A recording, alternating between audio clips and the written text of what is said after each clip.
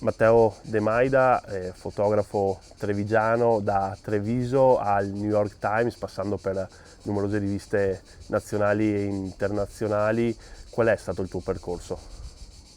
Allora, provando a sintetizzare un po', diciamo io ho fatto una formazione da grafico, perché ho studiato grafica, dove c'era inserita anche una componente fotografica. Ho lavorato in un'agenzia come grafico proprio per 6 anni, e anche se non avevo a che fare proprio esattamente con la fotografia, in qualche modo in realtà sì, perché comunque lavoravo con le immagini, quindi selezionavo le immagini, facevo una grafica sulle immagini, quindi in qualche modo quello mi ha aiutato a farmi un gusto mio e ad avere una certa professionalità. E la fotografia è sempre stata, diciamo, alla base cioè ho imparato da solo, da autodidatta, e mi facevo i miei viaggi dove sperimentavo, dove facevo le fotografie. E nel 2011 ho deciso di, diciamo, lasciare l'agenzia per dedicarmi solo alla fotografia per il sociale. Ehm, E, quindi diciamo poi è stato un misto per qualche anno tra grafica, video e fotografia, e fino al 2017 in cui ho deciso di dedicarmi solo alla fotografia, diciamo, quindi a guadagnare anche, no? Solo con la fotografia. E adesso il mio lavoro, diciamo, si divide principalmente in due parti. Uno sono i lavori commissionati, quindi riviste che mi chiamano per fare un lavoro specifico, ritratto, paesaggio, architettura, e dall'altra sono i miei lavori personali, quindi diciamo delle mie iniziative, dei progetti che durano più tempo, quindi a lungo termine, anche diversi anni, e dove diciamo decido tutto io, quindi c'è un'autorialità maggiore rispetto a un assegnato dove comunque ho delle indicazioni. E quindi queste parti un po' viaggiano parallele, e in realtà mi piacciono tutte e due, perché da una parte gli assegnati devo portare a casa, diciamo, un lavoro in poche ore, e quindi mi sento in qualche modo allenato anche un po', anche a me piace il gesto di fotografare. Dall'altra mi piace anche pensare, riflettere, provare, e quindi per quello ci vuole più tempo, e quindi i progetti miei personali a lungo termine mi aiutano in quella dimensione lì. Quindi non usando neanche solo la mia fotografia nei miei progetti personali, ma anche foto d'archivio, foto scientifiche, testi, insomma, mi piace un po' mescolare le cose. Come definiresti il tuo approccio fotografico, più tecnico o più culturale? Ma io non mi considero tecnico, nel senso che so veramente poco di tecnica e non so neanche usare le luci, per esempio. Io scatto tutto con luce naturale, e quindi diciamo mi appassiono, cioè sicuramente poi negli anni come dire, ho coltivato un mio gusto che si rifà a una fotografia, insomma, tipo la scuola di Düsseldorf, quella tedesca, quindi dove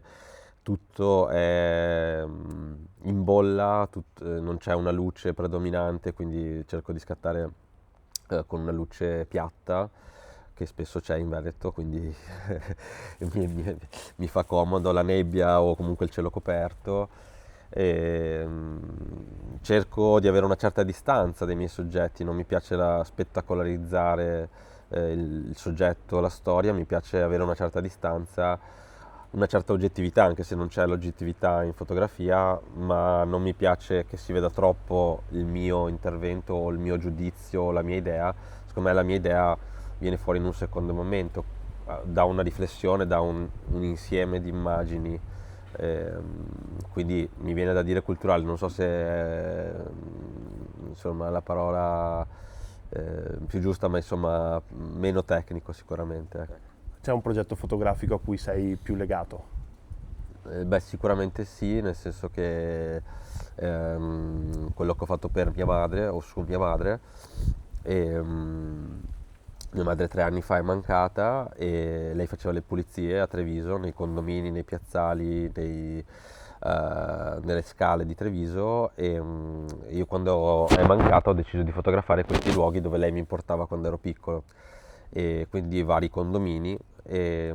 poi ho pubblicato un libro. Questa cosa per me è stata un'elaborazione in qualche modo del lutto, mi ha avvicinato molto a lei e adesso è uscito a novembre scorso il libro e quindi in questi mesi l'ho presentato in vari contesti e è stata anche quella un'elaborazione per me e in realtà anche il mio approccio fotografico è cambiato molto da quando ho fatto questo lavoro perché mi sento una persona comunque molto razionale, molto schematica e insomma la perdita di mia madre e fare quel progetto mi ha rotto un po' di muri dentro di me che insomma anche nella fotografia penso che si veda, ecco.